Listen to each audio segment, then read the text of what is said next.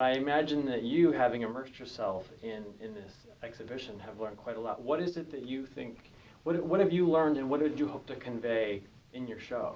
Yeah, well, the tricky thing with our show was that our show was based entirely from our own collection. So the trick was to take this tremendous collection of 200 prints, 200 drawings, boxes and boxes of ephemeral material, and communicate with just works on paper the breadth and scope and strength of Kent's career as a graphic artist. We don't have any paintings. We had some watercolors, but mainly prints and drawings that came into the collection through Kent's friend, Carl Zagrosser. So what I hoped to convey was, through our deep collection, some of the great success that he had across his career. It wasn't a lone show, so it was really based entirely on what we had at hand.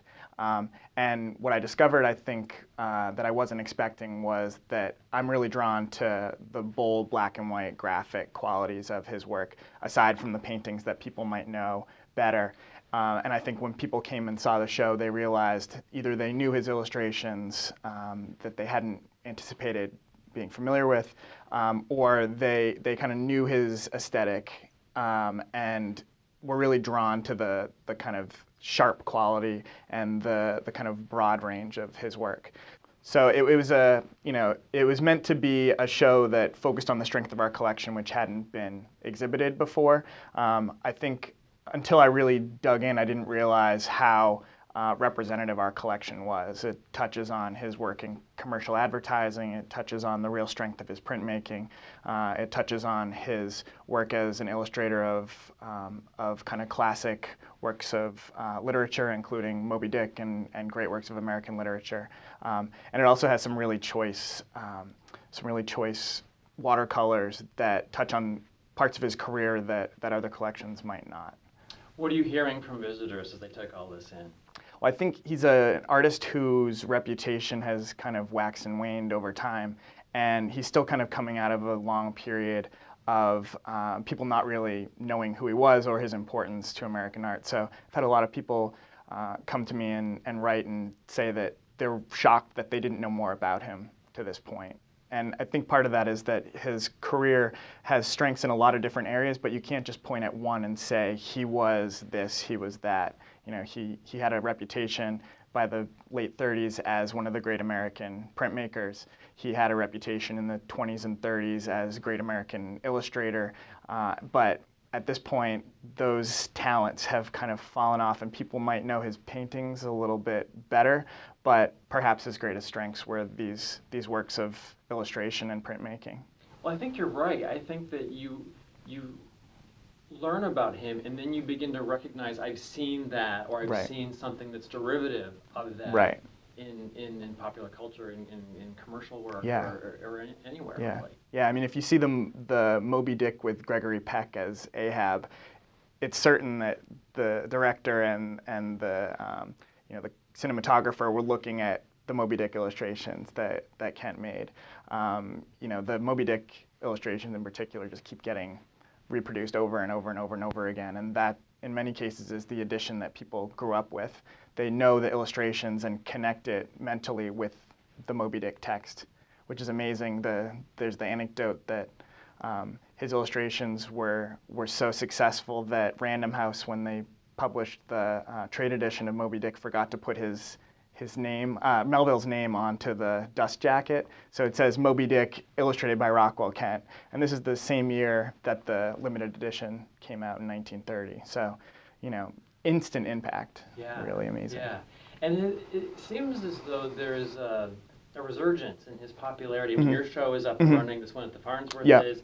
And is that true? And to what do you attribute that? Yeah, I think part of it is just the cycles of interest in art history. It's there's certain key players that come up over and over and over again, but there's this desire to look at collections anew and dig in and realize that there are people who have been passed over for no fault of their own, just because of tastes, changing tastes. And I think he lived such a long life, even within his own life.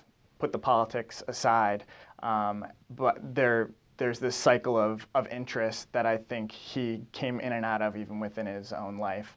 I think by the end of his life, by the late 60s, early 70s, there was an effort with this museum and with some others to look at him anew, to realize that, especially in the teens and 20s and 30s, he was painting some really amazing scenes that had maybe some early modern implications. But it wasn't until I think the late 80s and the 90s and Jake Wien's show at the Portland Museum of Art that really put paintings, drawings, prints into a context with a catalog that made people realize these are paintings I've never seen. These are paintings that really say something phenomenal about landscape and about modern art at the time, American art at the time. So I think that show really might have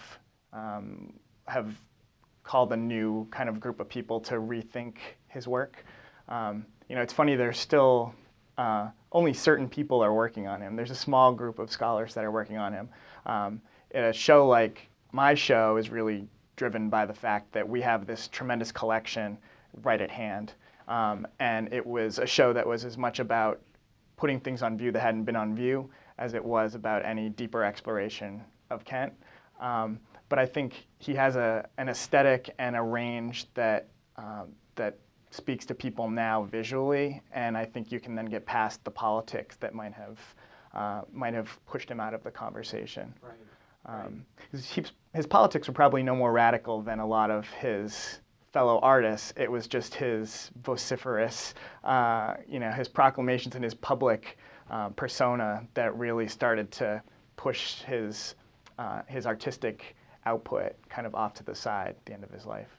So you graduated in '03, is Yeah. that right? Okay, Mm-hmm. because I know your name came up when I talked to Linda Doherty Mm-hmm. about this. Mm-hmm. So in terms of, I don't know if you can frame it in a Bowden sort of sense, but tell me a little bit about your career since graduating and maybe if any impact that had as you put together this big exhibition. Sure. Yeah, I graduated in 2003. I had one internship at the Philadelphia Museum of Art in 2002 before I graduated, the summer before my last year at Bowden.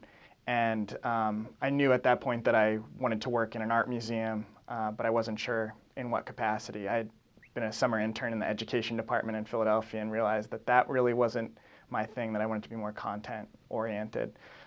But then looked for internships after college and jobs and ended up at the Museum of Fine Arts in Boston for 4 years in the European art department, Art of Europe, so paintings, decorative art, sculpture, and realized that I wanted to continue focusing in that area, European art. Went to Williams College for a master's degree for 2 years, and while I was there, worked in the print department, supporting a curator there, continuing to work on exhibitions and catalog incoming works, acquisitions, and then realized that it was really a focus on prints and drawings that really grabbed me. So when there was an opportunity to work at the Philadelphia Museum of Art for a 2-year fellowship after Williams, I went there and focused really intensely on works on paper, but the collection there is so broad that I really got to work with, illuminated manuscripts in the morning, contemporary photographs in the afternoon, Picasso prints in between. There's this huge range. So when I went to think about what I wanted to focus an exhibition on, I realized that even though my main interests lie earlier in the Netherlands in the early 17th century, that there was this tremendous opportunity to show a part of the collection that had never been on view. It was acquired mainly through the gift of Karl Zagrosser in the early 70s, but although there were 400 works plus a ton of ephemeral material, there'd never been an opportunity to show it. So with this opportunity to kind of choose any part of the collection that I wanted to put on display and work with, I saw this as a real opportunity to, maybe the one opportunity to dedicate an entire gallery to this material. Kent was not an artist that I was familiar with when I was at Bowden. I really only came to know his work when I visited Monhegan with a friend in, I think, 2006 maybe, for a conference. A friend who was giving a paper at a conference on the island. And so it was a great surprise when I was up here earlier last fall to discover that we had this tremendous Kent collection at Bowdoin that had been right, under my nose the entire time that I hadn't delved into.